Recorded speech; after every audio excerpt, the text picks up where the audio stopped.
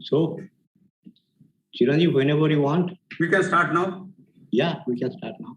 Okay, so we can go live and then I can introduce. So, and for this thing, sharing of slides, do I have to do something or you will tell me? Yeah, you have to share the slide, share screen basically, but just hold on a second, let me first introduce you. Then... Right, no problem. No problem. So the talk is for around 1 hour and... Right.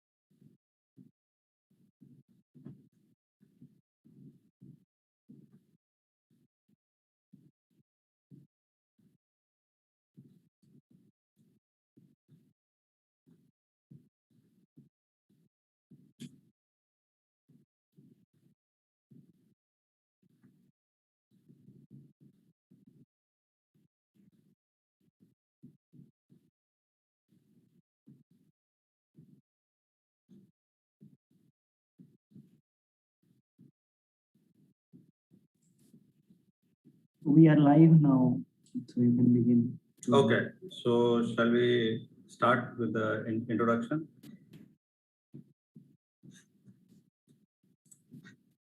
Right.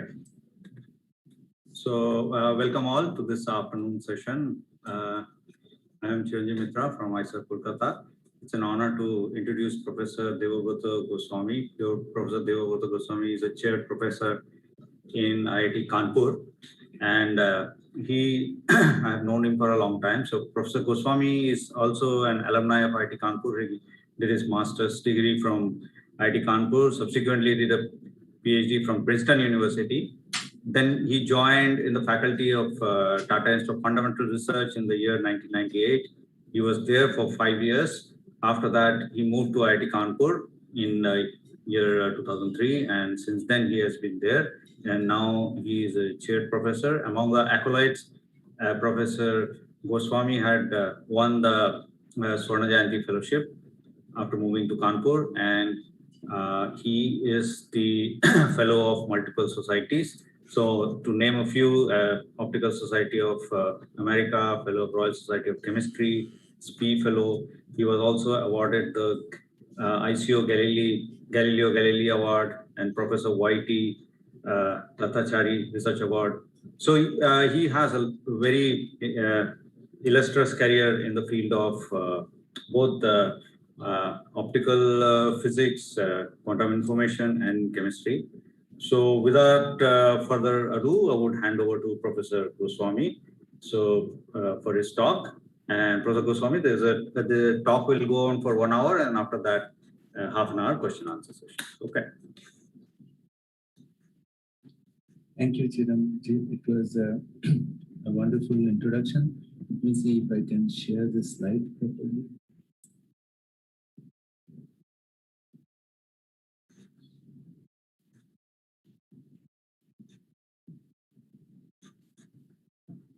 So, is it being? It is visible. And for the people who are on Zoom, it's a request to please mute your microphones because there can be background noise. So, yeah. Okay. Yeah, thank you, Prashant and Chiranjeev for the wonderful introduction, and thank you, Prashant, for organizing this wonderful summer program. I think I have also been listening to some of the talks. They are really very nice and informative. So I have decided to talk more on quantum information and quantum technology, which is the main thrust of this conference, but with the specific focus, which we are experts on, is to see that direction with light.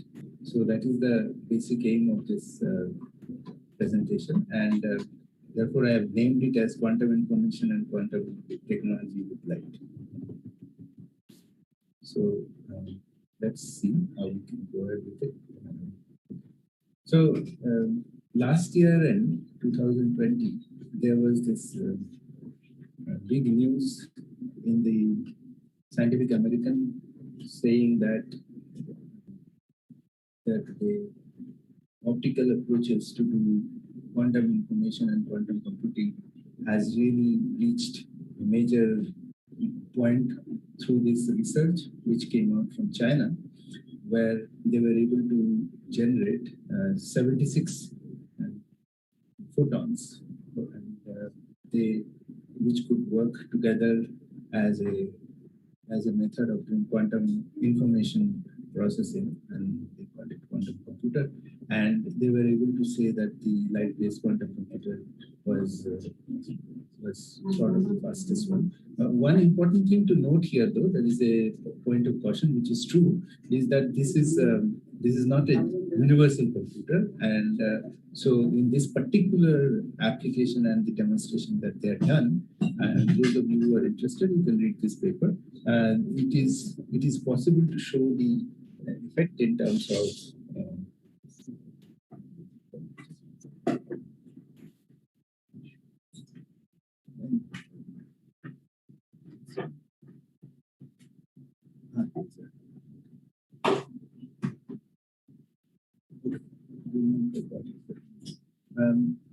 so that's the point, that it is a very hot area, as we like to call it, and there is a lot of work which is going on. So when we talk about quantum computing, we have to be careful in making some definitions, because quantum information is something which is perhaps more general, and quantum technology is something even more broader. So let me actually go ahead a little bit on the specific aspect of quantum computing, which is the manipulation of quantum mechanical systems for information processing. And this processes information in a quantum mechanically coherent fashion. So the word coherent is extremely important in this process. And it is important because there are certain calculations which can be faster, much more efficiently than any other classical computer. And it is capable of having better security. However, as we know, there is a big but here. There are issues like decoherence, scaling, and reliability of the qubits, which are the major concerns. And as of now, only a few useful algorithms that are truly quantum computing application-based or useful nature that are available. So here are a few view graphs to kind of tell you the difference between classical and quantum. As you know, the classical bits are very specific. It is essentially on/off, which is 0 or 1, as we call it, and you can count them. Whereas quantum is roughly anything which is a combination of the possibilities all put together. When you measure them, however, you'll only get the results which are 1 or 0. So every possibility exists until you measure them. That's the difference. And we often represent them in a spherical form for convenience, and that is called the block sphere. And the concept comes all the way back from an optical conference quite well known, which is known as CLIO, back in 1982, where Feynman first proposed the concept of quantum computer. And that time he was the one to basically point out that it would be useful to have a computer which is based on quantum mechanical principles, because the question which he had been posed by Paul Benioff was that it is going to be quantum mechanical all the way through. Excuse me, Professor Goswami. Yeah? Sir, your audio is not very clear. We are unable to hear you properly. Okay, hold on. Is this better? Yeah, actually, it might be a good idea if you hold the microphone slightly closer to your mouth. Okay. I can also change my microphone. I'll do that. I'll try to change the microphone. Yeah, now it is better. There was a problem from Debu, your side. Now it is better. Oh, is it better? Oh, okay. Okay. Sir, I'll just continue with this. This is better, right? Hello? Yeah, it is better. Okay, good. So, so that is the basic introduction here. I just, however, for this particular audience, perhaps this is not very critical, but I thought for completeness, we'll put it up to this level. And what we often do is we start doing our modeling based on this principle, where we often therefore can consider a simple ideal two-level system and then solve the Hamiltonian associated with it. One of the many things which happen when we deal with photons is that not only a single photon process can occur, but also in the conditions that we work where lasers are used mostly nowadays, lots of photons are having similar properties which can somehow interact simultaneously, and that is known as a multi-photon process. And so some time back, I had actually developed one of the ideas where in case the system is able to interact only in a way where the multiple photons add up exactly to give rise to a single photon effect, then you can kind of make a model which will be correct for both the cases, be it either a single photon case only or only a multi-photon case only. They have a connectivity, and that's what was this connection built up on, because it is important to realize that when you are looking at states, which are our qubits. So remember, this I'm looking at in a different way. I'm saying that the states of the system that we are looking at, states of matter, those are my quantum systems, and the interaction, which is through light, that leads to the processes that we are looking at. But the quantum nature of light is only used in adding them and getting to the energy differences that we want to match, but not, and so that is the coherence aspect of the light, and the photons are being used. But the qubit nature is only because of the states of the system that we are looking at. So if it is an ideal two-level system, it can be as simple as a spin, or it could be the ground and excited state of an atom, let's say, the helium atom, for example, sodium atom. Exactly two-level system you can take. Then the photon is used for achieving the process that you'd like to, which is like, you'd like to say how many of the photon system exist in the ground state versus the excited state. Or if you take a single system, how the system goes between the ground and the excited state. Now, the advantage of the quantum mechanical aspect of looking at it is that many systems, when they're taken together, then it's an ensemble, and you look at it that way. And that's why the concept of density matrices, which are considered as a polarization or the total aspect of the statistical nature being taken care of all these states, come into the picture, and you can treat them simultaneously. So this is the picture, and in that process, you could also look at a situation where only the energy gap is satisfied by that many coherent photons which can happen. Obviously, the transition will be that much lesser probability-wise, and that is already reflected and corrected through the dipole. So these are the ways how you can address them. And if you can do that, then you have certain advantages of looking at simple single, two or multi-photon representation of a two-level process in the Hamiltonian picture that we are so much familiar with for a two-level system. And this problem becomes much simpler. And that is the idea which can be utilized to go further and see how a quantum system with multiple photons interacting can give rise to processes that can be quantum mechanically useful for maybe quantum information or quantum computing or gates, however you want to look at them. So in this process, one of the things which you would definitely want to know is that how the process is represented in terms of the intensity of the light that you use. So that is a excited state population, and there is this classical situation which we know for years, which is the Rabi oscillation, which you can see, as well as because you have the possibility that there can be broadening and other events. So you will have some resonance, and there will be some resonance offset. So you can capture all these properties in this.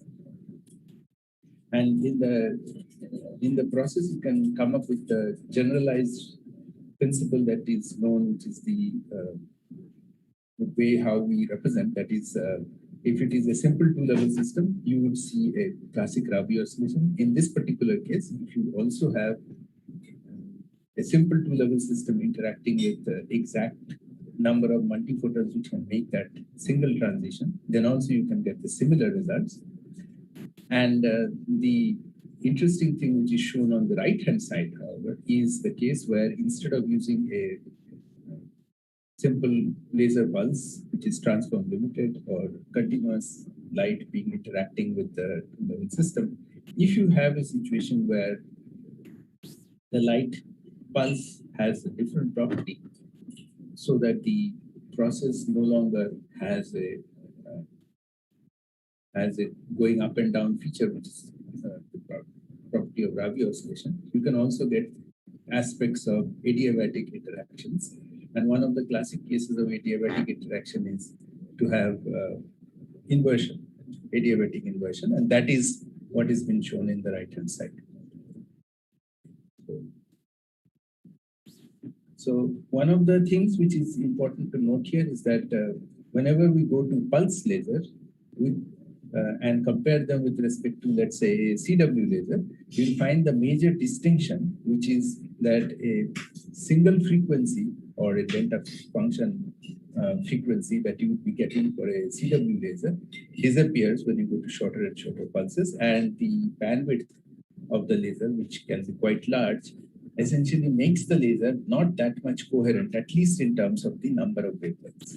So that is the single laser, single frequency concept of the laser is not quite how it looks like when you go to a short pulse. So this is an important aspect to note when you look at shorter and shorter pulses. And why do you need shorter and shorter pulses? Because you want to finish your operations before your decoherence or other operations of the system comes into picture. So you really don't have much of an option but to go to pulsed conditions, because if you are interacting all the time, then the other processes of decay in the quantum mechanical systems will always be coming in. If you want to beat them, you need a shorter pulse. But if you go to a shorter pulse, then you have the other aspect where you do not have the wavelength purity that you have otherwise got. So one way or the other, you have something to worry about when you look at this problem. And one thing is, I should actually mention here that as you go shorter and shorter pulses, you also have the difficulty of going to a point where the envelope profile principle that I've been using all these places would perhaps fall apart, because the oscillations within the pulse may become important if your pulse width is very short. And very often, we do not want to enter into that region unless it is necessary. We have worked in that region also, and we have found that there are some interesting results that you can work with. But in most cases, because the system often that you are looking at would end up having fragmentation or other kinds of processes, for reversible situations, you would often not be working in that region where your pulses are so short that your envelope profile has to now take care of the wiggles of the laser oscillating. So most of these cases, when you have a short pulse, it's short but not short enough that your oscillations, number of oscillations within the pulse is becoming much of an issue. If you go into that region, it is known as a few cycle pulse, and we have to go beyond the rotating wave approximation principle, which is essentially beyond the envelope profile function of the laser. So that's another area, and here I'm not going to get involved in that right now. let's consider things which are slightly simpler. So what we have for now is a laser projectile which has an envelope profile which we are using, and the time evolution of this is used in the Gaussian shape. And very often, as laser properties are concerned, this is similar even in the space. So in space also, we consider the laser to have a Gaussian profile, which is a peak function with equally energetically going down in every direction in a two-dimensional. So this is how you look at it. And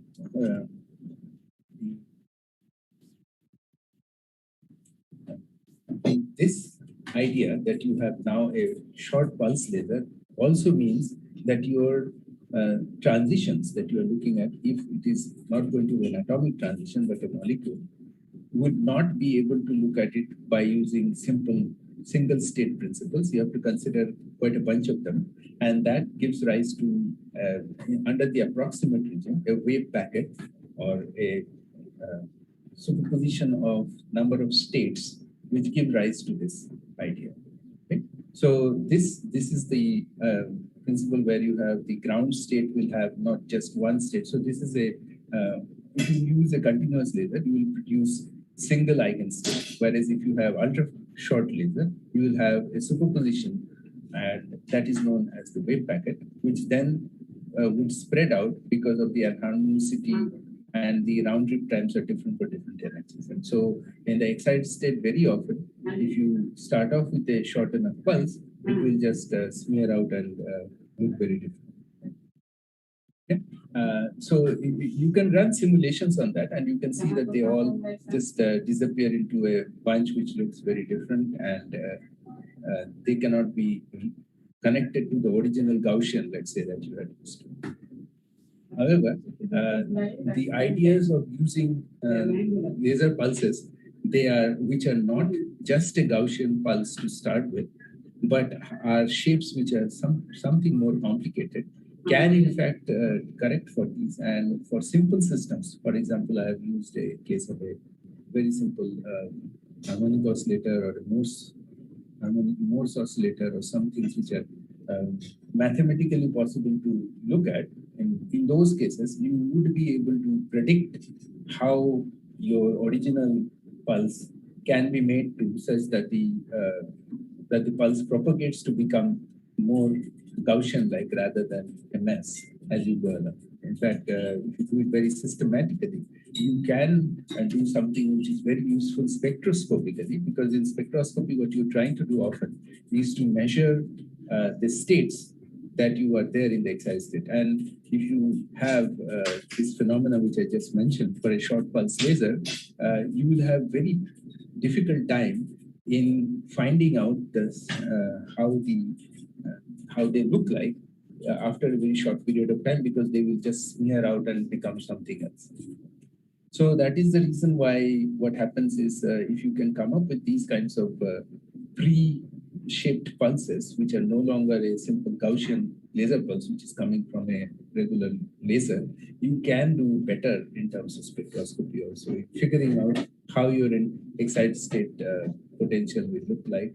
So in some ways, what I'm trying to point to you already is that just a simple laser, which is found commercially, is not often enough to do things which you would like to do when you are using them, even for cases like spectroscopy, where you'd like to know how things are in the excited state and all that.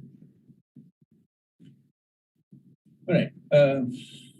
So in general, all these things that I've been talking to you about is roughly quantum control ideas, and they are very often translated for molecules as well as atoms. And there are some general approaches, which I mentioned very briefly without going into detail, which is to use the idea of laser pulses which are changed, not the ones which are coming straight out of a laser.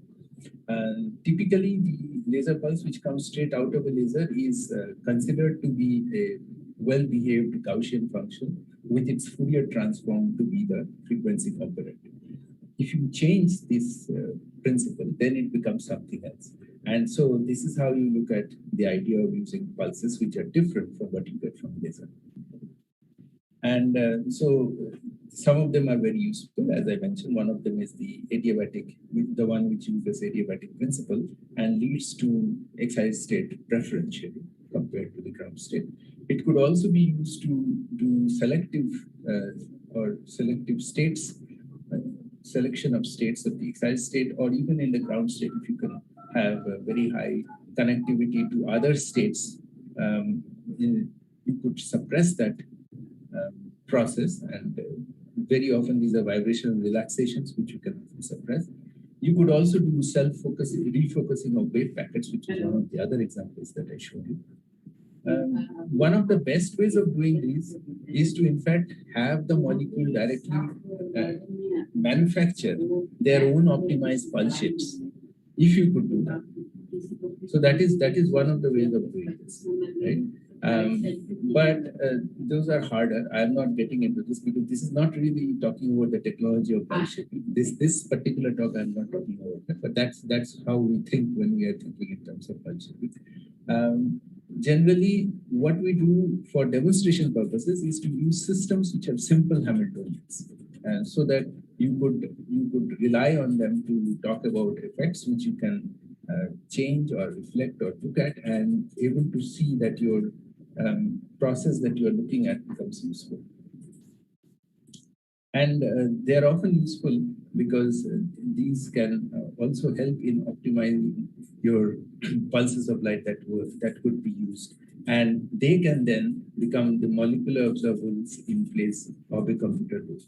So many times these are done, the process of changing the laser pulse and seeing advantageous results are based on properties which are often not quite measurable, and there are questions. But if you know very well what molecular responses you are looking at to optimize, then you can do that. So for example, I'll give you a very simple example. It need not be a molecular response also. It could be something physical. So for example, you are looking at second harmonic generation. So if you can optimize on the amount of second harmonic generation, which is a nonlinear process, then you can optimize the laser pulse in terms of generating the best possible second harmonic generation. So there are many variations or variables and processes which you can.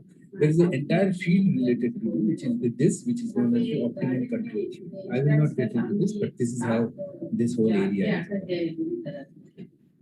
Now, the one thing which I wanted to mention, and the reason why I got you into all these ideas of having multiple pulses which are invariant with respect to the number of states, is because you can come up with this idea of different states which are then connected to other states, with not only having a single photon condition but also with multiple pulses interacting. Is you can have a situation where your multiple pulse interaction with the laser, with a molecular system, that can be so convenient that it can actually result in a molecular model which can result in this. Just one second.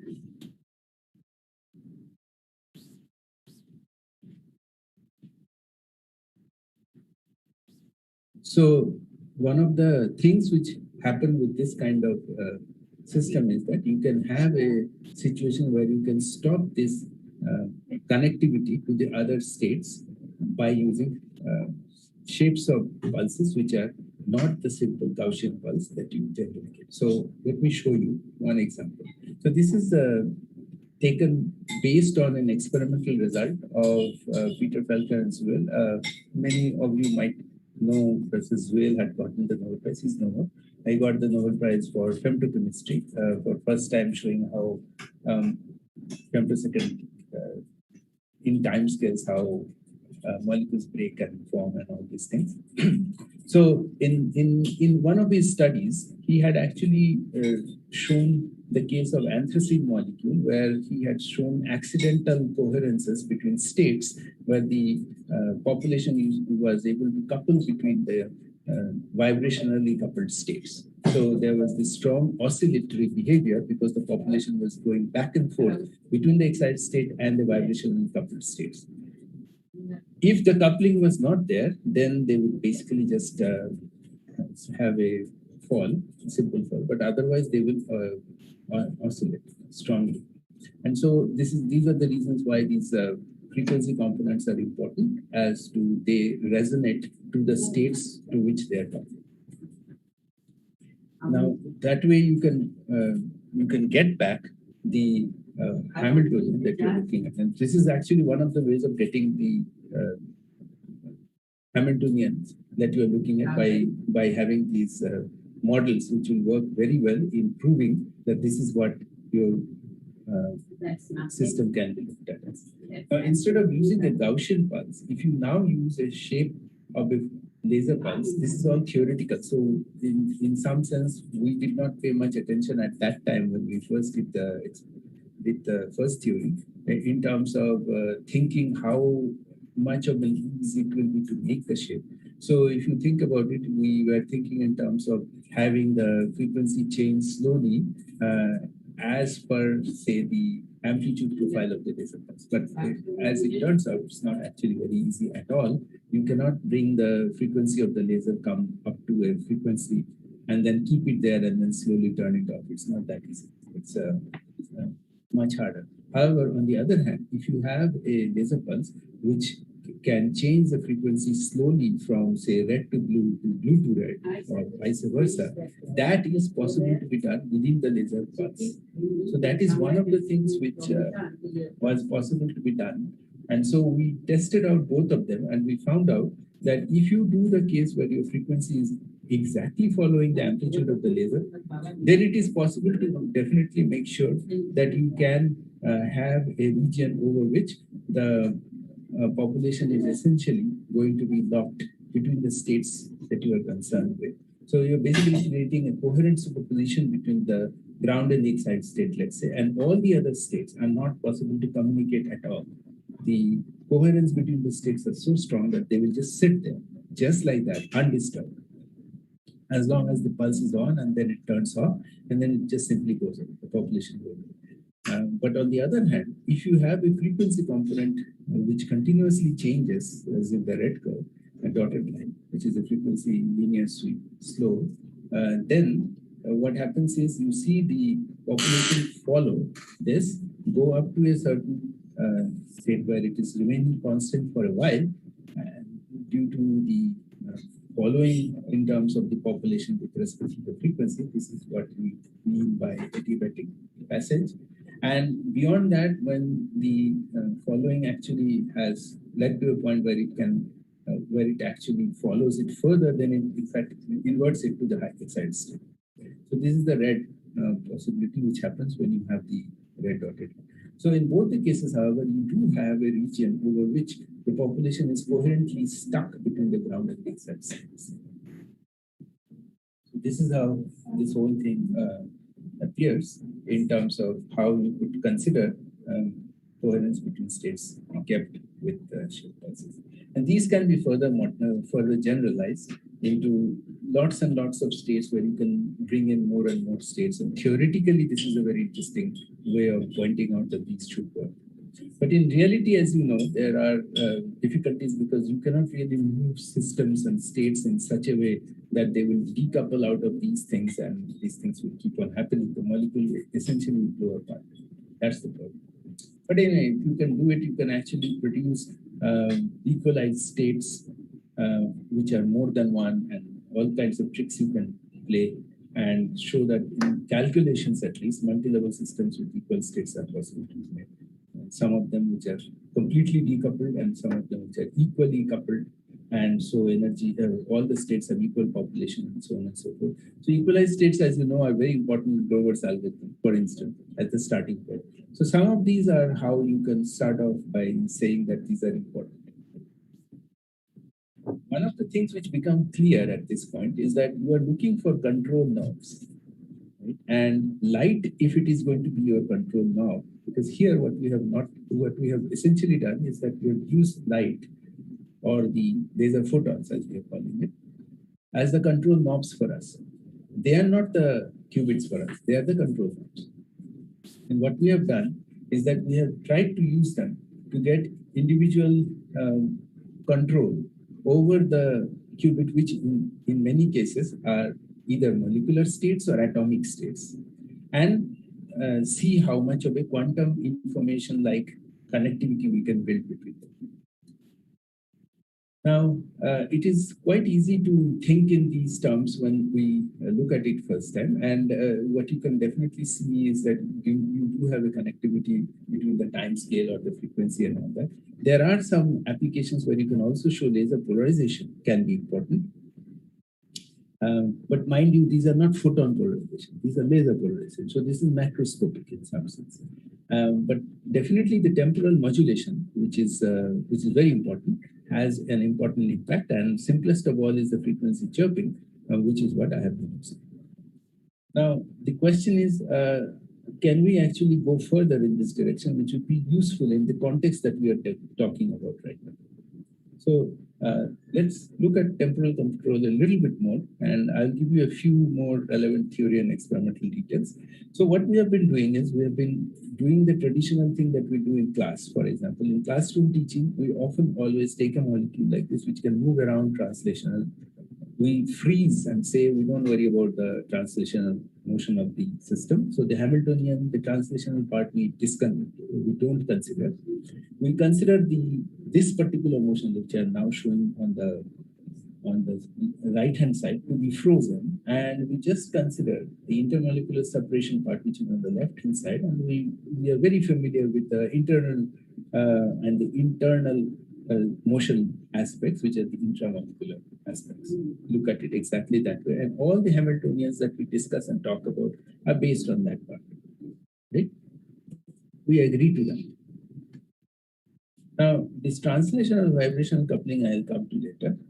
But when we don't have that problem, then we use our classical principle of using beams, where we can actually, in the gas phase at least, we can simply have a beam of molecules come through and interact with them one by one at 90 degrees, so that we can look at them in the process. It classically started a long time ago by using two molecular beams. This is again some by Whiting, Hirschbach.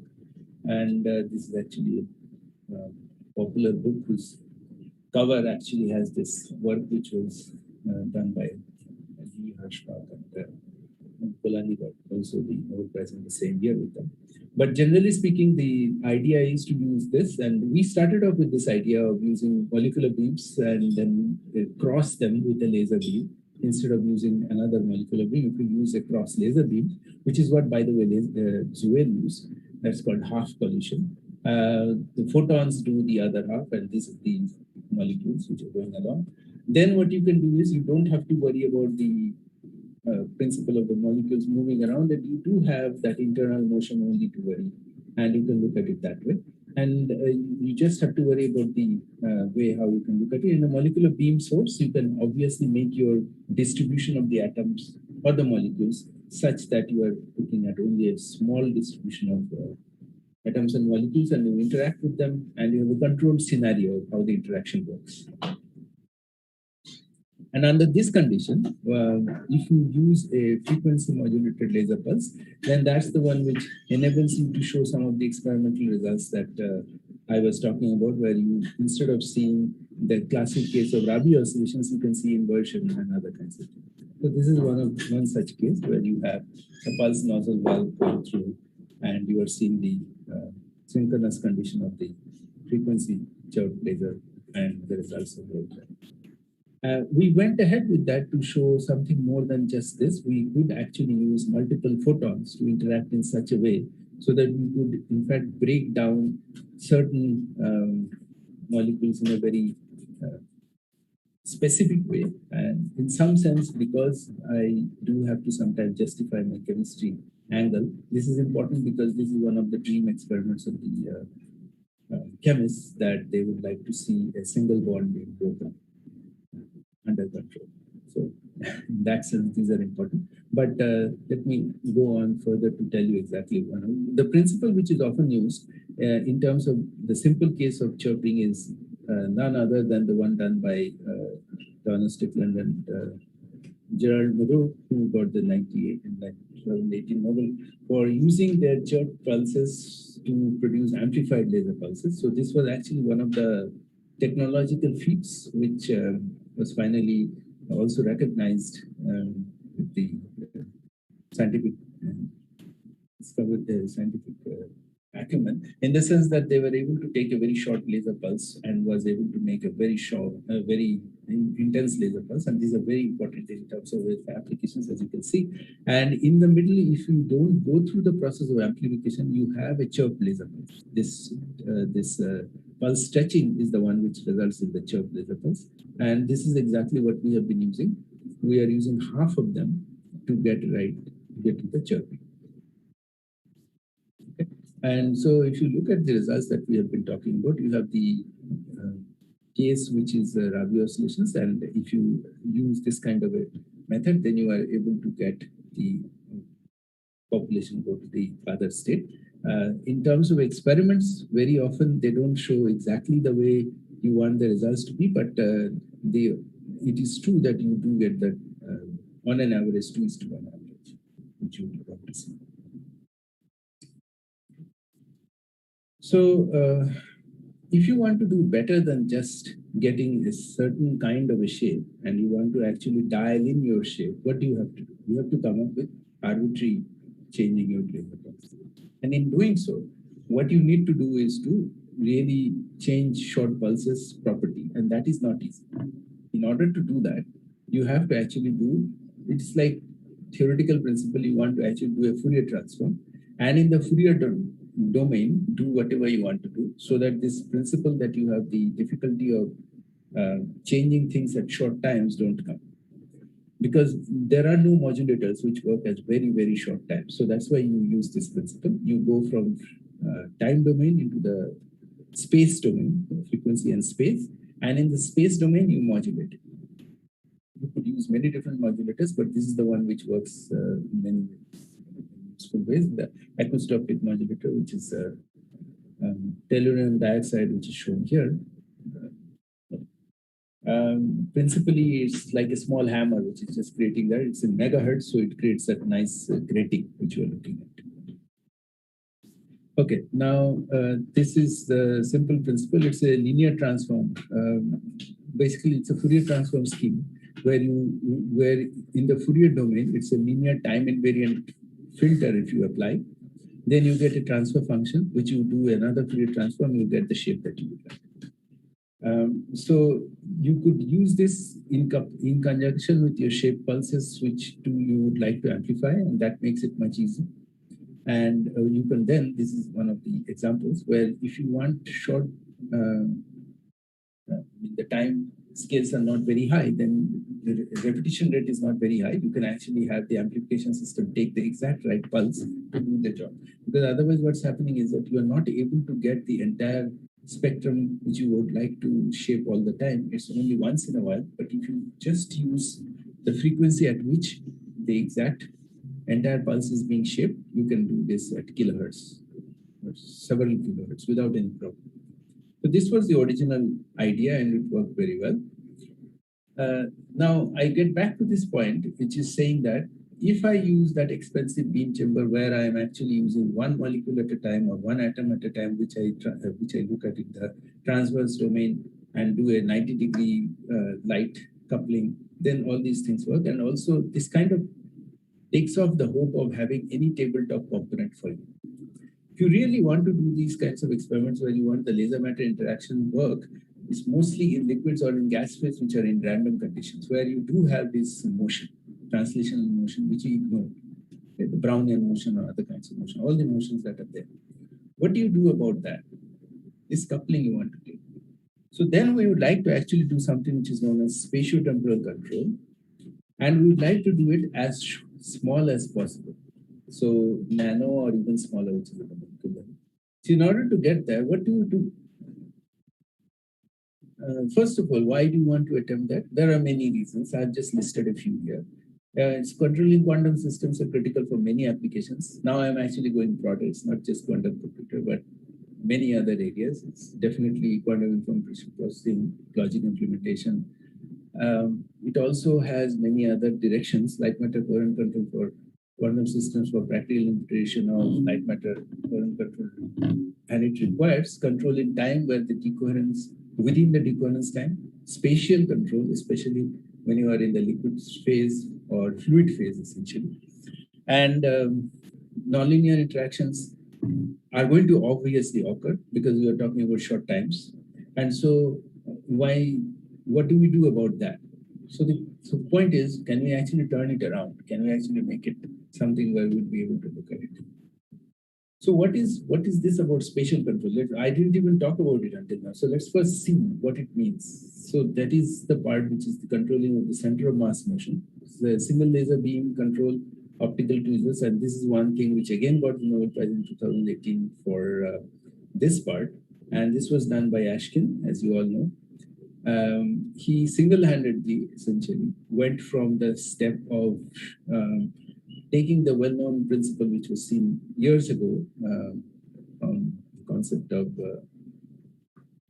comets and other things, which was seen by Kepler, all the way to suspended particles under radiation pressure, which is where Arthur Ashkin started, and to the point of getting optical tweezers to work. And eventually in 2018, he did get the prize for showing all these important applications in biological engineering. Now, what does it mean in terms of trapping?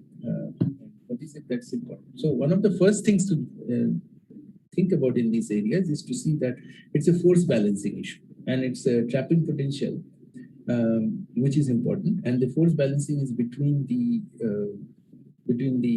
intensity gradient which is set up, and it can be also modeled by a simple harmonic oscillator by following the Hooke's law. And under this condition, you can generate the principle where your momentum transfer, which is very small, but it's enough to create a situation.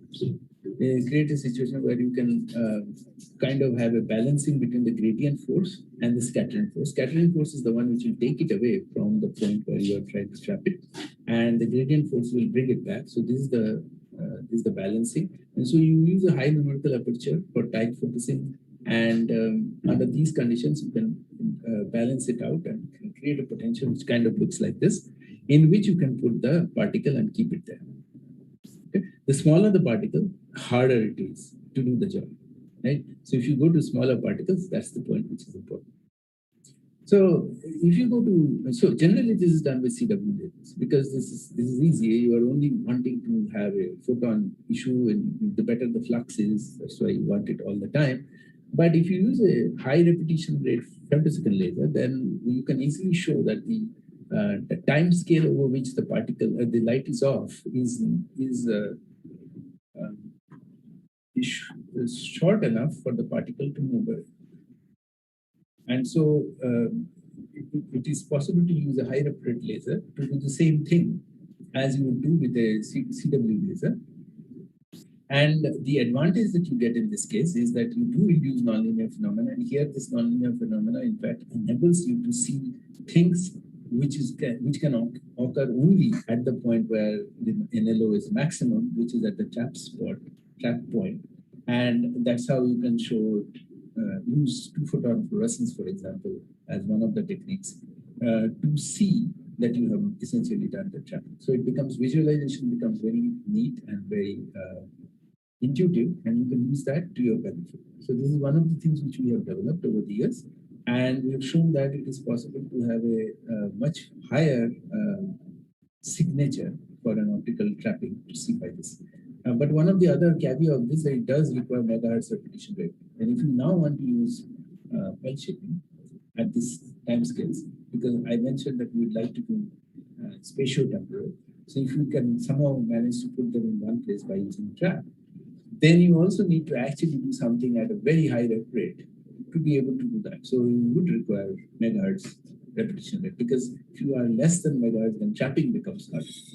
So that's the scenario there. You can use megahertz repetition rates to trap without any problem. But because that's the Brownian motion, that's the diffusion time scale that the particle will not move away once you trap them. But it's harder to do because we have shown kilohertz trapping, pulse shaping. How do you do it at this level? So this is one of the things which we developed in the recent years. Basically, we changed our setup slightly. Instead of synchronizing the process as we had done it before, that we only take the pulse when it is synchronized and we look at it that way, we let this whole process happen all the time. And in doing so, in the very beginning, we had to actually do a little bit more work. We had to actually set up our more sensitive measurement system. So we have done lock-in measurements at this point of time rather than doing a simple, say, PMT or other kinds of measurements. So we are looking at two different scenarios here. If we are looking at low repetition rate, as we are saying, you are basically looking at the time where you are essentially making sure that the time scale is synchronizing. The traveling wave grating is able to synchronize the waveform with respect to the input, okay, which happens at certain rep rate, which is comfortable in the kilohertz range. However, because of the transit. However, if you actually don't worry about this and you just let the laser come through, then what will happen is that you will get some of them which are properly trapped and the other, properly shaped, the others which are not. Right? That is what will happen. It will essentially create a lot of spectral slices. Some of which will be the right shape because this is how it is. I mean, some of which were here the right shapes, you only pick them. Here, you are getting all of them. You're not picking, you're letting them through. What do you have to do now? You have to actually pick the right ones. So how do you do that? So if you let it through all, then you see a large background. This is what happens when you actually do the modeling and you actually see what you are trying to look for. You see that the expected value and the background and all this put together, this is what happens. But you can then utilize something which Fourier transform pulse shaping has an advantage of, which is that you can give a phase shift in the Fourier domain, which translates to a time shift in the temporal domain, right? And so this is what happens. This is one of the things we had originally demonstrated by convolutional pulse shaping anyway earlier for the low rep rate one, where we used the phase shift in the Fourier domain to show that we could do rapid delays between pulses. But now we can use the same principle to actually shift away the shaped pulses that are of interest from the ones which are not shaped. And that's exactly what we did. And when we did that, your cross correlation immediately shows up the shaped pulse which you had originally made to show versus the one which you could not shape. And it doesn't matter anymore because you do have the shape that you wanted. So you could, and we showed that this can be done easily up to a few megahertz, the shaped pulses, because the transit time and the connection and all these things can be calculated. And you can show that you will be able to do this. Is done experimentally to show that we can do this up to 2 to 3 megahertz without any problem. Now, while we are at the pulse chapping with short pulses, we also have another issue to look at, which is that this is one of the things which is known to be occurring in optical tweezers, which is that because of the repetition of these lasers being high, or because of the fact that the laser is always on for CW laser, there is subtle heating problems, right? I mean, you can keep on reducing the laser power, but then there is a point where you fight for keeping it trapped, because you need a certain amount of power, but then you have the heating problem also. So the trap essentially has a certain lifetime in terms of length over which it can only survive because it's continuously having the heating problem also. So now when we looked at this problem, we are also having this thing that we have a pulse laser means we actually are inducing, as we have already mentioned, nonlinear effect. And the thermal effect is already there. So are we actually killing ourselves on the foot even more because we're just keeping on adding problems to us? If you look at this problem and then see how this goes ahead, because of time, I'm not going to go into details about it, but just to give you just an idea of what it means, what we did was we looked at so this is the principle of trapping, and again, so it's just showing that how the parts of the laser comes through and does the trapping. It always basically makes sure that the particle is actually going towards the focus. there are different regimes also. You can go to shorter and shorter, smaller and smaller particles, as we say. If you are in the wavelength of light regime, it's called the Rayleigh regime, and that's the one where we want to be, because we want to go to shorter and shorter pulses. In fact, our experiments are done typically with 100 nanometer particles, which are roughly in the Rayleigh region, because we are using 800 nanometer laser. So anyway, when we use larger pulses, these are the larger particles, then there is the me region, and there are this region which is complicated, which is almost the wavelength of light size, which is the intermediate size. But as of now, let's consider the case where we are, which is the Rayleigh region. And if you look at it, you will be having this competition, or this problem of thermal as well as the NLO, which is coming together. And if you look at this principle, and so we are using a Gaussian beam also, as I mentioned. So this is how the Gaussian beam profile would have looked like, and how this is going through the system. And please remember that I also have a time scale associated with it, which is also Gaussian. So when I look at it, these are my forces, these are my scattering forces, gradient forces, and this is sort of like when you plot them. Now, when you put them all together, so, what you would get is that you would be incorporating, let's say, the refractive index, which is in addition to what you have in the system, and that is due to the Kerr nonlinearity. In terms of the CW laser, the Kerr nonlinearity is much smaller. You don't have to really worry about it. But anyway, I mean, just for completeness in the simulation, you can put it. And the thermal heating, which also changes the refractive index of the medium, and that changes both for CW and the pulse unit operation. And we can look at them and see what happens as a result of all this. And what we see is, this is taken for a typical system that we use. If you use the pure condition where none of these effects are taken. So basically I'm saying that I don't care. I mean, I don't consider nonlinear effect. I don't consider heating effect, nothing. And that is what your ray tracing, I mean, ray diagram plays, or the pure simple consideration of the Rayleigh regime, what you would be getting. That's how it looks like. If you consider only the Kerr effect, then this is how it will change. And if you incorporate the additional thermal effect, then this is how it will change. So we kept on looking at the different conditions here. I'll not bore you with thousands of simulations that we have done. There are some simple cases just to show that, you know, the trapping potential, which basically is the thing which shows here they are changing. And one thing to notice here is that the effective potential, which the total potential, is something like this. And you can consider the point where, actually I have marked it somewhere. Also. Which says that the change between this point to this point is important. This is the point where it is essentially stably trapped. So this difference is the gap which we are interested in. So if you look at it, that is so that's called the escape potential. Sorry. So this is the depth which considers the escape potential for all of them, and you can look at them and see that as you consider the different cases, how they changes. And these are the laser power dependence and beat size dependence of this. And here I actually again define it. This is the escape potential that we are looking at. There's the scattering force, total axial force, and the overall potential will have something like this. And what you would see, interestingly, is that when you use CW lasers, you only see monotonic effect, as you would be seeing.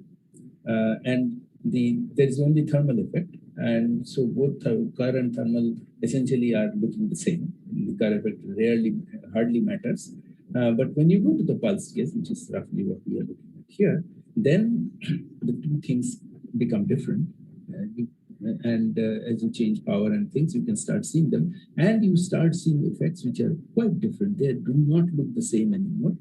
So much so that if you now take a difference in the escape potentials, then you will see a zero crossing, okay? Which means that the Kerr and thermal, which by the way, most of us who do nonlinear optics would often tell you that in many cases, unless until they are very different kinds of Kerr effect, there are both kinds of Kerr effects, positive and negative. Most of the Kerr effects are of the kind which is, whereas thermal is always of one kind, roughly all the time, most of it, because the system actually sample always expands when you get thermal.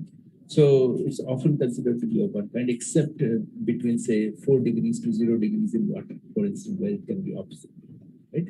But generally speaking, in most other cases, you would be having thermal effect of only one kind, whereas the Kerr effect can have switching conditions. But typically, they can be of the two kinds. So in the case that we have seen in real systems, which you are looking at, the Kerr and the thermal lengths can balance each other out. And so, in other words, you can in fact have a situation where you would not be affected because of the CW heating or other kinds of problems that you have as a result of in the optical trap. So this is actually an interesting result that we got.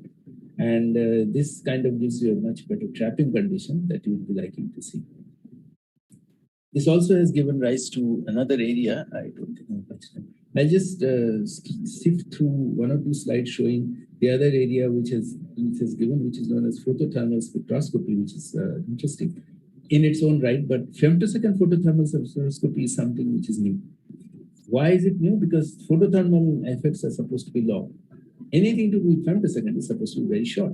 What does it have to do with long time scale? And what we found is, I'm not getting to those details, essentially speaking, because of the pylon effect of many, many short pulses, you end up producing very small or measurable thermal effects, which, by the way, are dependent not only on conduction, but also on convection. And convection turns out to be, for liquids at least, convection or fluids, convection turns out to be something which is motion of system, and therefore your property of the system, molecular property, becomes important. It's not just the physical property of the system.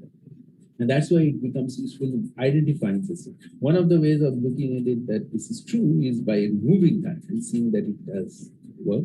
And so we have done these experiments where we have tried to remove them and show them. So many of these experiments are very simple. You just move across a focal point and you see how these lens formation changes. And that's the kind of results that helps you finding out. So here is a classic example of a molecule which is known as carbon disulfide, very often used in solvent in many cases.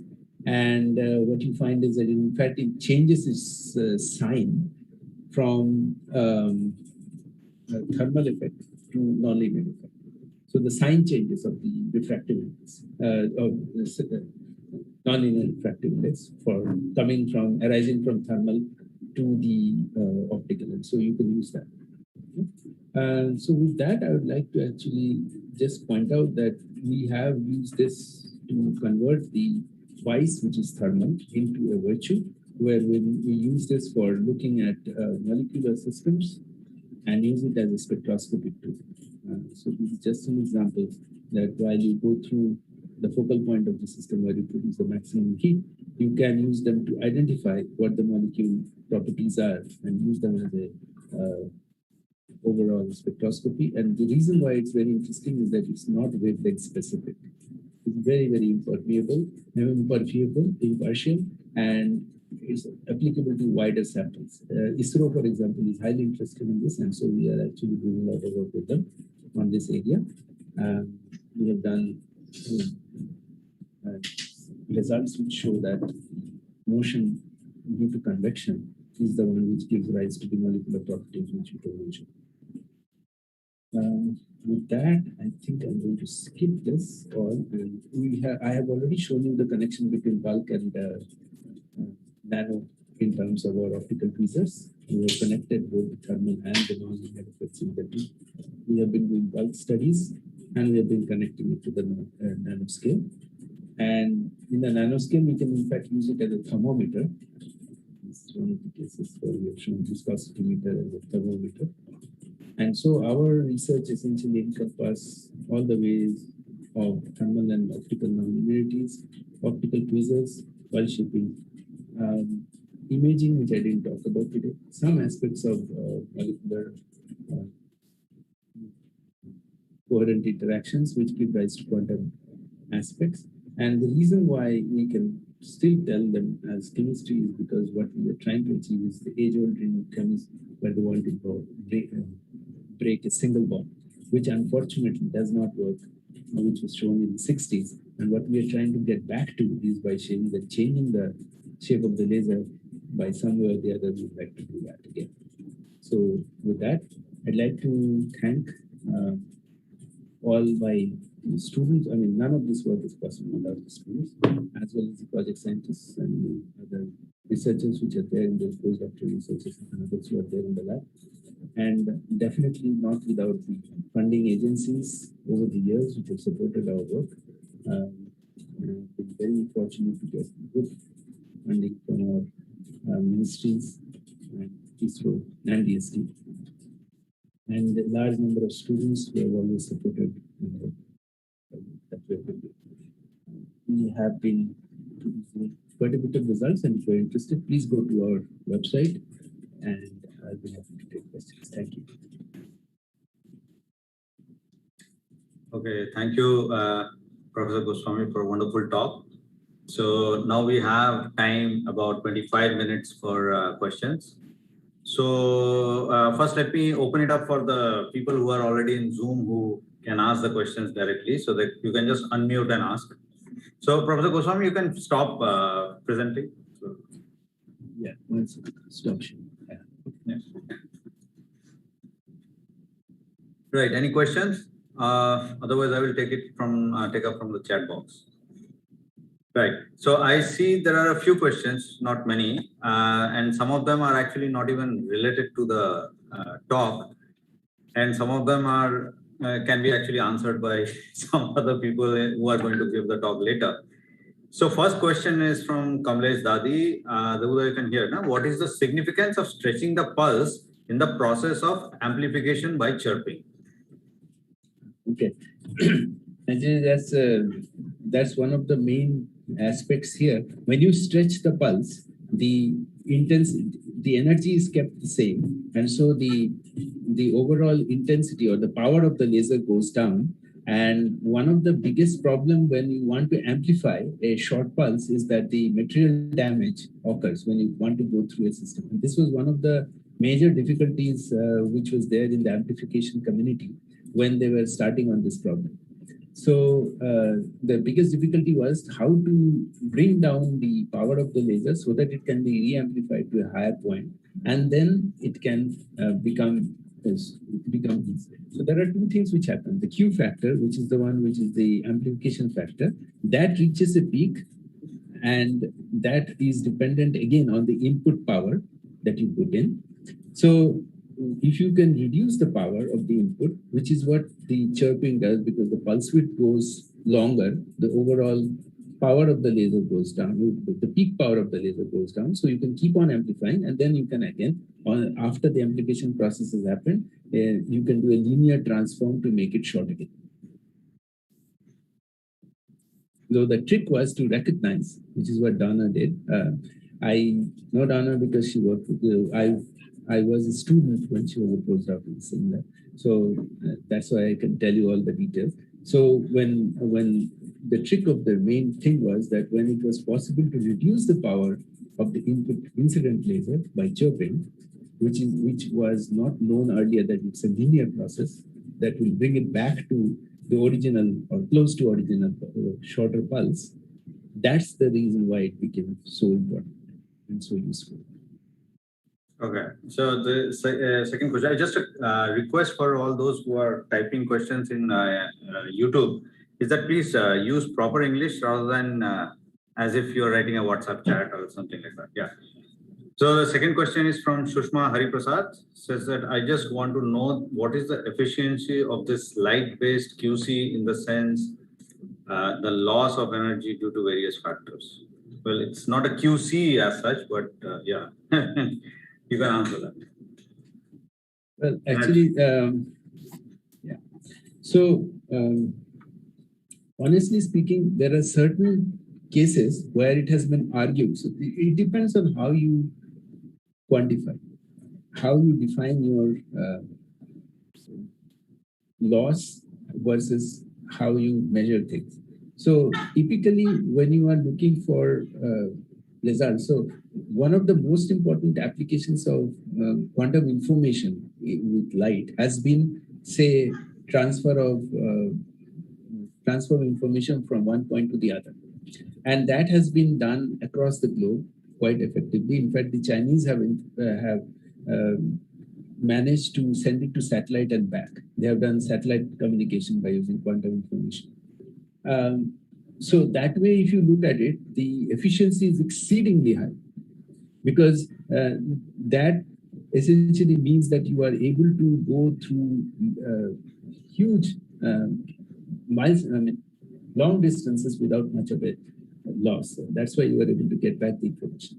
But the other way of looking at it is that unless and until you know how to rectify or do things with it so that the signal can be in fact recognized as you go longer and longer distance, is also a very important challenge. And so many a times the challenge has been, how is the information being put together and sent so that it can be looked at the farthest possible point without and still be recognized. And that is one of the tricks which the Chinese group was able to successfully show, that they were able to make satellite communication with that. So that kind of tells you that it's an exceedingly efficient process if you know what to do with it. Okay, so the next question is Soham Chavan. Do this quantum laser pulse lose energy after a particular period of time, the way it happens in classical mechanics? Well, first of all, it's not a quantum laser. It's a laser. Laser is a classical object. But yeah. Yeah, over to you. Okay. I think many a times when I have mentioned the use of word laser, I often used the laser, as Chiranjeev correctly pointed out, as an energy source, and often as a coherent energy source, rather than a source which is quantum in that sense. And so the concept that you are questioning is very hard to tell. But on the other hand, let me point it out in a different way. The principle of a laser, or whatever you look at the end of the laser, is a coherent source, right? And the word coherent is extremely important across the quantum world. So in that sense, there is some connectivity. Many a times it is impossible for us to make the connections in such a way that we are able to keep the same language across. And that's why it becomes a difficulty. But honestly speaking, there are cases where this connection, if they can be built properly, then these questions that are being raised can perhaps definitely be answered better. But in many cases, we avoid the question simply by saying we are using the light as something where we are only interested in its coherent property, and we are not looking at it as a quantum bit or a quantum process which we are going to realize it in that way. We're going to utilize it for activating processes which can then be recognized in the quantum. Okay, Soham Chavan has another question. How pulse energy and resonance offset have a linear wavelength? This can be beneficial for communication as we can choose desired wavelength and frequency. Okay. Resonance offset, which is a slightly different concept. Resonance is a word which is used when you have an energy matching between states or whatever you are looking at. I mean, whatever you are trying to address. So if you have a frequency of any component that you are looking at, say omega, the resonance is defined when you are exactly matching that, right? Omega naught, let's say. Now, if you have any difference from that, then you call it a resonance offset. Now, because of the fact that we have our lasers have a certain spread, which is inherent due to uncertainty principle, let's say. So there is always the capability that with a little bit of a difference in the exact resonance, from the resonance, you'll be able to satisfy the requirements of resonance. And that's how it has been working out all the way through. When you talk about chirping, which is the other part, which is a specific frequency, and the frequency is no longer specific within the laser pulse if it is changing from one to the other, you have two things which happen. One is that because you now have more information than what you had started. So when you talk about a pulse, you have one very important property which is known as the transform limited property. And the transform limited property is connected to the fact that a laser pulse is dictated by a property which is its width, time width. With the time width, there comes an automatic frequency width, which is due to the Fourier component or Heisenberg principle. Either way you look at it. The two are connected because you can go from one to the other by using Fourier transform relations.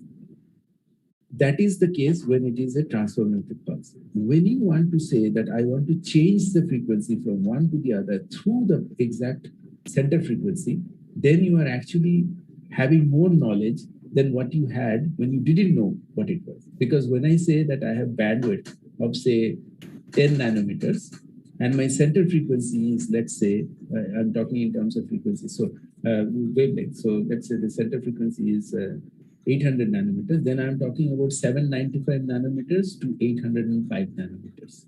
That is my range. But I never say that I know which one is 795 and which one is 805. I only say my center frequency of a laser is at 800 and I have a bandwidth of 10 nanometers. That is the definition of transform. But if I can say that I have a pulse which goes from 795 nanometers to 805 nanometers, that is known as a chirp pulse. And then your pulse width will no longer be as short as it was when it was exactly at 800 nanometers, because you have more knowledge when you were saying that you have a center frequency of 800 nanometers and a bandwidth of 10 nanometers. So this concept that you have, if you have more knowledge, you lose something, which is what Heisenberg says, is still prevailing. And so a chirp pulse will always be longer whenever you order with respect to the unknown ordering condition for a pulse. So whenever you chirp a pulse of a certain length, then you have another pulse, which is slightly longer, depending on how much you are chirping and all that. Those are other parameters. And so if it is a linear chirp, then that will have a standard relationship that you can simply use to get the length of the pulse. So this is how we say that it is the chirping is happening between one frequency to other, and that is when it is called linear. We can have other kinds of chirp also, quadratic and others. Linear one is the easiest because with that you can connect all the other properties that you are looking at. And in communication, it is very highly used because you can actually use linear chirping to compensate, for example, for the transmission difficulties or the transmission properties, which often add the chirp on the other direction. And so you can compensate by using these properties. Okay, so next question is Priyajit Goswami. How much information can a photon carry? Is there a maximum limit to it? It depends on how you define. So Yeah. typically, information in a photon typically is defined in terms of, very often in terms of the spin. So very often the spin condition of a photon is something which is used. Sometimes it is the polarization, basically, yeah. So polarization, that is one thing which is often used. Circularly polarized one way versus the other. So that's why you call it a bit. That's one way of saying that you have a photon which has information in it. The other often cases where photon has been used is a little bit difficult, but sometimes people have used is the number of photons. But that's actually not really a quantum information. That is more of a classical information. If you increase the number of photons and you say that a photon count of 100 is a certain kind of an information, and a photon count of 50 is another kind of information, those are the kinds of information that you would be more considering as a classical kind of a information rather than quantum. Yeah, that is the continuous variable format, right? Right. CW, yeah. So mostly what people use for quantum information processes is the polarization of the photon as the circular one way versus the other, right versus left circular. Okay, so that, yeah, there is another question by Shushma Hariprasad again. Even if there is so much development in quantum computing, why is there still lately communication happening in transmitting data for further places within brackets, Earth to Mars? Why cannot this be eradicated? Well, you answered a part of it just a little while ago when the question about losing pulse energy was asked. So, yeah. Yeah. Well, first of all, we often don't know how good the efficacy of the process will be. So this is one of the things which has to be established. So most of the time, information in terms of optical quantum communication is following the Bell's principles or the Alice-Bohr principle, where just one of the bits is going to be confirmed by the other, and you can use that kind of information to use the transmission of the channel. Once it is established, it's very easy. But in order to make it work, you have to set it up such that it works. It's only very recently that these are becoming useful and these are becoming effective. For a very, very long time, it was not possible to be understood how it would be done.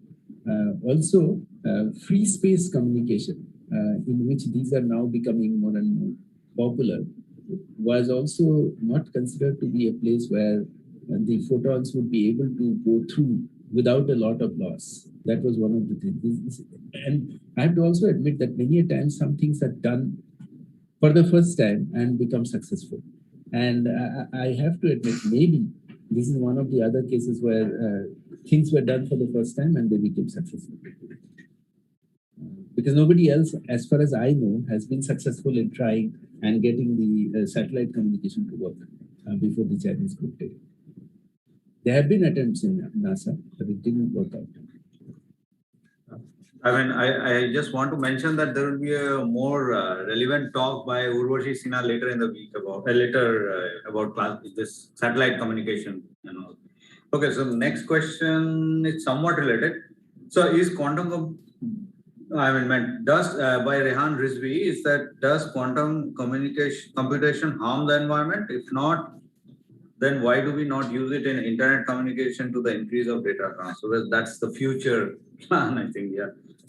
Okay. Well, as far as we know, there is we have no information yet, which has pointed out that there is any harm to physical systems due to the quantum information processing. Although biological angle of quantum information is also a very hot area of research. In fact, there are labs around the world who are looking at biological systems by using entangled photons, for instance. And if anything, it only enhances the way how you can do imaging, for instance. But it's not quite known if there is any harm as a result. In fact, in most cases, these are considered to be non-invasive technology. And so I would say that this is not an area where these would be considered any harm. The difficulty is the implementation angle.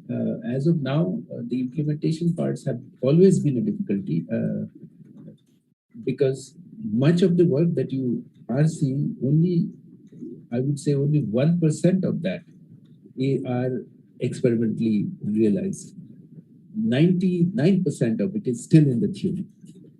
And so a lot of work which is going on today, unless and until it is practically realized, it will not really go out there as something which has been used on a daily basis. That's how it is.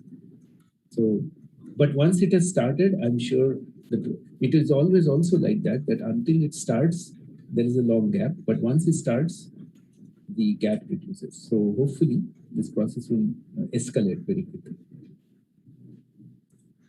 Okay, so the last question is by Achal Chodia, which is the application of optical tweezers in biological system? I think this is something which is related to your field directly.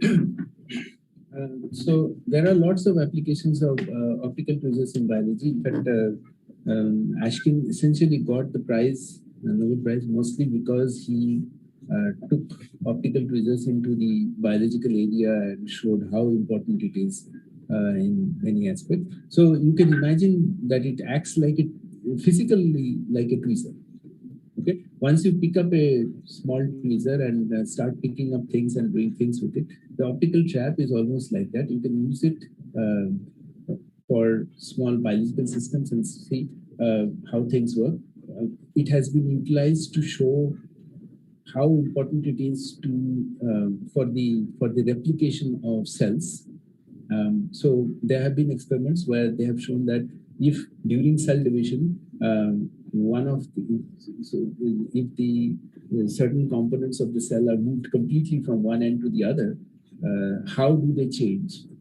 How much correction the cell can do to make sure that it still gets rise to the correct kind of cell division process. All these things have been explored thanks to the process of optical tweezers. So optical tweezers have been used extremely heavily in the process of biological and medical tools processing because of its inherent phenomena. It's almost like using instead of using your hands or tweezers in physical sense, using it with light to do the same activity at nanoscales, and therefore it has been extremely useful. It has also been used, for example, for the first time to show how the DNA can be unzipped. That was one of the classic experiments which made it extremely popular. So one of the optical beads was holding one strand of the DNA and another bead was held on the other strand of the DNA, and the other strand of the DNA was pulled with the help of an optical trap holding on the other bead. And so it was like unzipping of a chain which happened with steps showing that the hydrogen bond for each of these strands were getting disconnected every time they were pulling them off. So there were steps showing how the hydrogen bonds which are holding together the DNA strand is getting unzipped as this process is going on. So this is a very, very visual way of showing how optical trapping has been exceedingly useful and useful in showing the applications to biological systems. Okay, so I think that was the last question. Yeah, Chiranjeev, I have a small question. Yeah. See, Debu, you asked, that how to use that ice, that thermal thing, you made use of it in some way. Can you just elaborate a little more? What was that? Yeah. Okay, so the two things. Actually, one thing is that thermal aspects are always considered to be delirious or bad. Now, whenever there is something happening, whenever you cannot explain something, very often you say, oh, it was a thermal effect. So everything, and quantum aspects are often always, whenever we lose out on it, we say that it's due to thermal. And we forget about it, right? It's the thermal bath which we always give our blame to. When we looked at optical tweezers trapping, what we found is that when we used our femtosecond lasers, we were automatically inducing nonlinear effect, the Kerr effect. Now the sign of the N2, refractive index change of the second order refractive index change, is opposite to that of the thermal effect.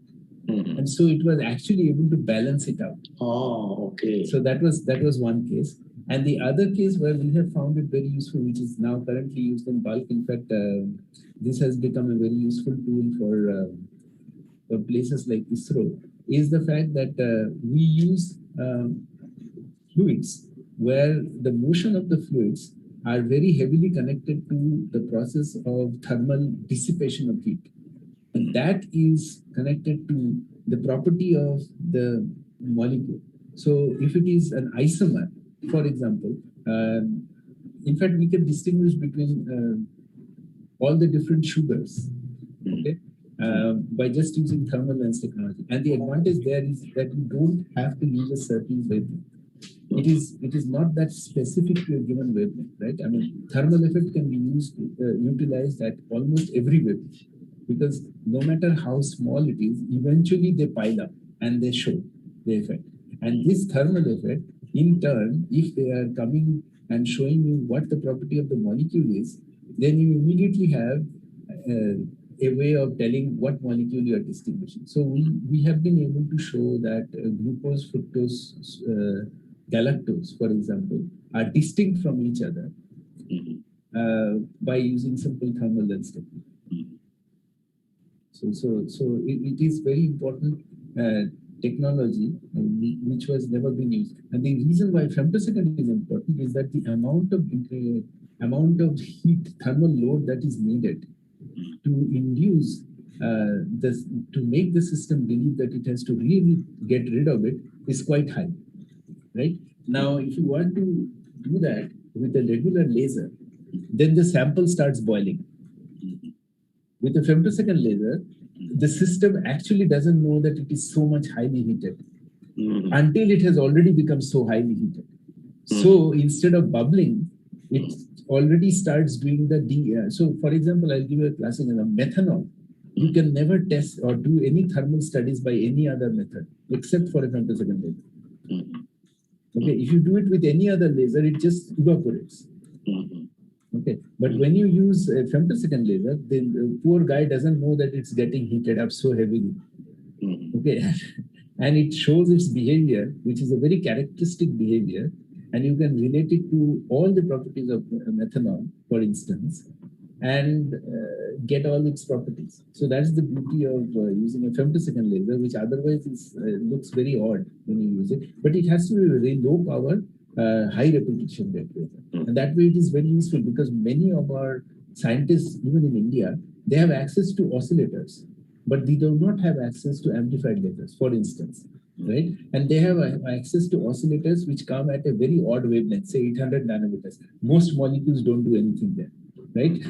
So people are always looking for problems. They keep on asking, what should I do, sir? I mean, this is something which I don't know what to do with. I mean, I only find 5 molecules which will absorb here. Even if you are a chemist, you have a big problem.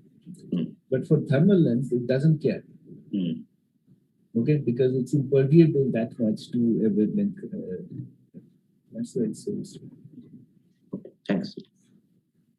Okay, so that's it. Thanks very much, Devuda, for such a wonderful talk and interaction. Thank you. So I think the next session is by Prashant, I think, right? Yeah, I'll take some tutorial. Yeah. So you guys go for tea and come back in half an hour. Okay. Professor, which topic you are taking the tutorial? So I will be talking very simple things, just measurement. Measurement. Plain measurement, because there are a lot of questions. People are not very comfortable with measurement, Okay. Okay, I will also join. Okay. So if you don't get bored, you can stay for some time. And Prashant, you will do it on board, right? yeah, that's what I have told them. Let us see how it proceeds. Yeah. Where will you do it? See, they have a whiteboard there in that other room. In which room? That 221. 221. Oh, this is lecture hall complex? No. Ranjit, the room side to the side of Ranjit. Oh, near your office. Okay. Yeah. Okay. Fine. Yeah. Okay then. Okay, Devu, thanks a lot. Yeah, Very enjoyable sure. talk. Yeah. Thank you. Thank So you. you have the luxury of going to your office. We have not closed down. Never. We have not closed down. Yeah, we are, Actually, faculty members were never stopped from coming.